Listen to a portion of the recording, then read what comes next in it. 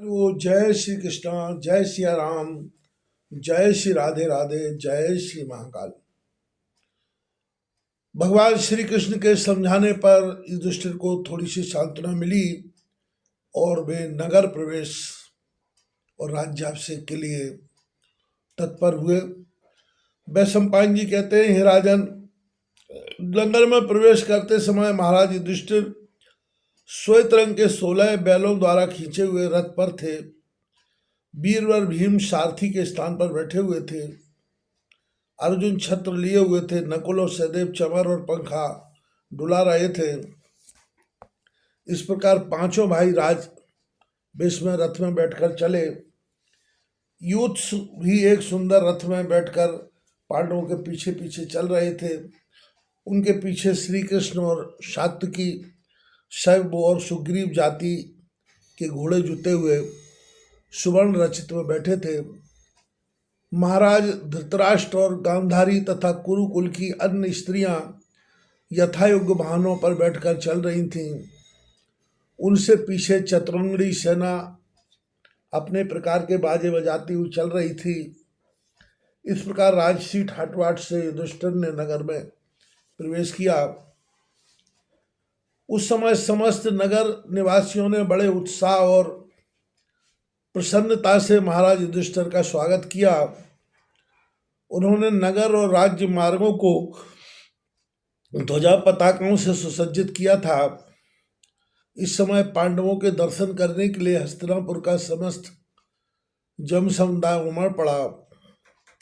सभी ने अपने होने वाले महाराज पर पुष्पों की वर्षा की और सबने उनको कानों को अच्छी लगने वाली बात कही।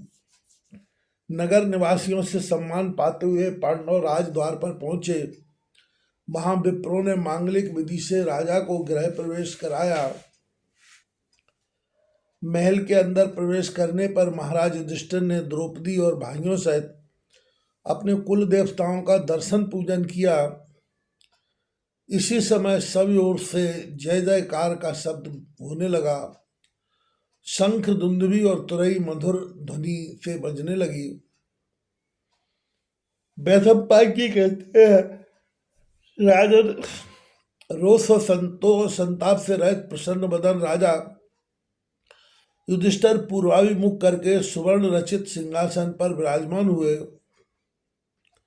उनके सम्मुख श्री कृष्ण और सात्विकी दो सुंदर आसनों पर बैठे। महाराज युधिष्ठिर के इधर उधर वीरवर अर्जुन और महाबली भीम विराजमान हुए। एक और नकुल सहदेव सहित राजमाता कुंती विराजमान हुई। पुरोहित सुधर्मा, धौम, विदुर, संजय, युत्सवी अलग अलग आसनों पर बैठे। एक और मणिमय सुवर्ण रचित सुंदर सिंहासन पर कुरुराज धृष्टराज और रानी गांधारी बैठी।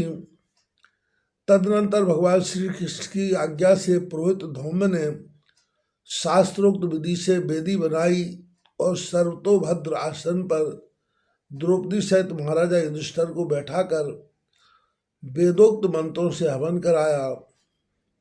अब भगवान श्री कृष्ण ने 5 जन शंख में जल भरकर महाराज युधिष्ठिर का अभिषेक किया। उनके पश्चात धृतराष्ट्र तथा अन्य प्रमुख व्यक्तियों ने 5 जन के पवित्र जल से ही महाराज युधिष्ठिर को अभिषिक्त किया। उनके पश्चात धृतराष्ट्र तथा अन्य प्रमुख व्यक्तियों ने 5 जन के पवित्र जल से ही महाराज युधिष्ठिर को अभिषिक्त किया। बंदी, मागधों और सूतों के उच्च स्वर से महाराज को समस्त प्रजा के सम्मुख महाराज घोषित किया गया। राज्याभिषेक होते ही अनेक प्रकार के कर्ण प्रिय वाद्य सुंदर ध्वनि से बजने लगे। पति और पुत्रों वाली सुंदर नारियों ने मांगलिक गीत गाए। प्रजाजन हर्ष से महाराज युधिष्ठिर की जय जयकार करने लगे। तत्पश्चात विप्रों ने स्वस्ति वाचन कराकर उन्हें प्रचुर दान दिया। विप्रों ने भी महाराज को आशीर्वाद दिया। प्रजाजनों ने अपने धार्मिक राजा को अनेक प्रकार की बहुमूल्य भेंट प्रदान की। महाराज ने भी धर्मानुसार अपनी प्रिय प्रजा की भेंट स्वीकार की।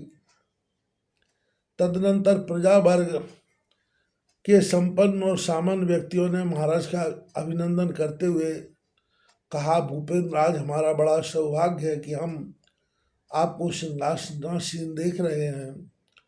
आपने अपने बाहुबल और धर्म के प्रताप से शत्रुओं का नाश करके विजय प्राप्त की और भाइयों सहित सकुशल रहे। अब हम समस्त प्रजाजन की करबद्ध प्रार्थना है कि राज्य सत्ता को अपने सुहृद और बलवान हाथों में लेकर पुत्ररूप प्रजा का पालन करें। प्रजा के अभिनंदन का उत्तर देते हुए महाराज युधिष्ठिर ने कहा, सज्जनों, आप लोगों की सद्भावना का मैं हृदय से स्वागत करता हूँ। यह मेरा सौभाग्य है कि मेरी समस्त प्रजा धार्मिक, आज्ञाकारी और सुशिक्षित है। आप सब लोगों से हमारी प्रार्थना है कि इस राज्य रूप महान भार को उठाने में हमें तन मन और धन से सहयोग दीजिए तथा मेरे पिता महाराज धृतराष्ट्र की आज्ञा का पालन कीजिए। इस राज्य के यही अधिकारी हैं, हम तो केवल इनके सेवक मात्र हैं। तदनंतर महाराज युधिष्ठिर ने समस्त प्रजाजन को सम्मान सहित विदा किया तथा राज्य को सुचारू रूप से चलाने के लिए एक राज्य परिषद की स्थापना की, जिसमें भीम युवराज के पद पर चुने गए, संजय कोषाध्यक्ष हुए, गंभीर और पराक्रमी नवयुवक नकुल सेनाध्यक्ष पद पर तैनात हुए, शत्रुओं का दमन करने वाले गांडीवधारी वीरवर अर्जुन सुरक्षा मंत्री के पद पर आसीन हुए, सहदेव को महाराजा युधिष्ठिर का अंगरक्षक नियुक्त किया गया, राजपुरोहित धौम धार्मिक कृत्यों के कराने को नियुक्त किए गए। इस प्रकार बल, बुद्धि, आचरण और स्वभाव के अनुसार सबको राज करने के लिए नियुक्त करके महाराज ने कहा, महानुभावों, किसी भी राष्ट्र की राज सत्ता को सुदृढ़ और स्थिर बनाए रखने के लिए उनके प्रधान अधिकारियों का सुयोग्य, धार्मिक और कर्तव्यपरायण होना परम आवश्यक है। उपरोक्त सभी गुण हमारे प्रत्येक अधिकारी में विद्यमान हैं। इसी आधार पर हम आशा करते हैं कि हमारा शासन योग्य, अनुभवी, धार्मिक और प्रजापालक शासन के समान अधिक समय तक स्थिर रहने वाला होगा। हमें आशा है कि आप सभी लोग अपने अपने कार्य को पूर्ण सावधानी से महाराज धृतराष्ट्र की आज्ञा अनुसार संपन्न करेंगे। वैशंपायन जी कहते हैं कि सबको यथायोग्य कार्य संभाल लेने के पश्चात महाराज युधिष्ठिर ने धृतराष्ट्र की आज्ञा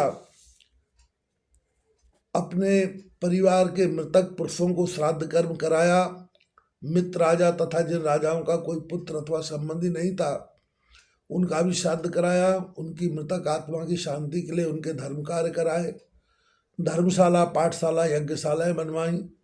स्थान स्थान पर ब्रह्मचर्याश्रमों की स्थापना कराई। दीन दुखियों को भोजन वस्त्र की सहायता दी।